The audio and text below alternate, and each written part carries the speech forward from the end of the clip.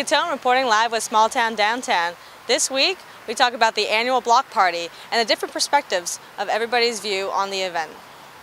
My name's Alicia, and I live right on Poplar Street in those townhouses along Poplar Street. I've noticed that it's pretty crowded and busy. I've noticed it's kind of grown in size throughout the years, and just there's more kind of control with the police. I've noticed in the streets with their horses and just trying to control any kind of violence or chaos. I don't really see a whole lot of people down my street, but it is pretty close to the main street there in town is where I kind of notice it where the fraternities start. But not really a whole lot ventured down where I am. So actually sometimes I kind of forget that it's going on until I actually go down the main street there. So I feel like I'm kind of indifferent. I feel like a lot of the townspeople don't like it. But it's a one-time event that doesn't last very long. So I don't think people think of Bloomsburg and, oh my gosh, the block party, I'm not going to move there or live there. I don't think that's affecting the town in that way that I know of. I think it's more the view of the university.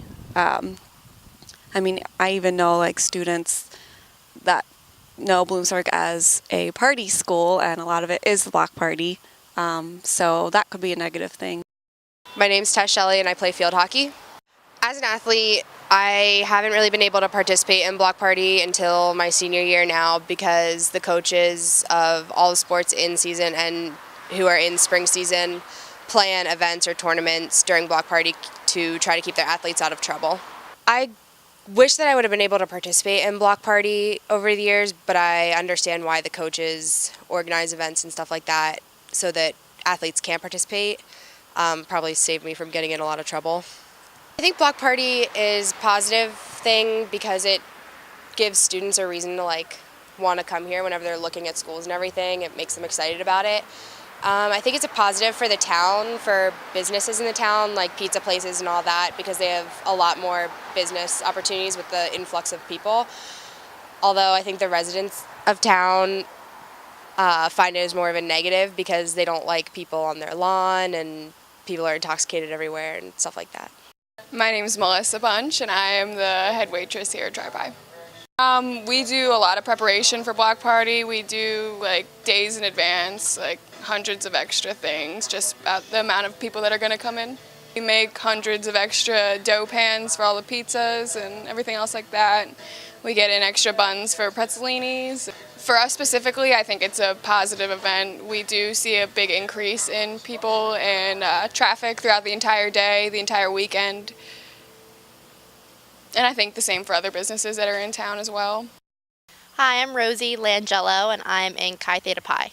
The new law that passed last year, I think, is a bit much since the university has had previous years where the law hasn't been passed and everything has seemed to work out fine. I think the university took it to the bit extreme and it doesn't really benefit us anymore. It actually hurts us during block party, and I think that last year was, a great year for all the students because we were very under controlled, and yes, we did have that new law, but I still believe that if we didn't have that new law, we would still be under control. Last year when I was president, I did have to contact the police chief and Gretchen, who is the advisor for Greek Life, that we were going to be involved in block party activities, meaning that we were going to host people at our house. So I had to do that 2 weeks beforehand, and we also had to talk to the sorority next to us, which is Phi Sigma Sigma.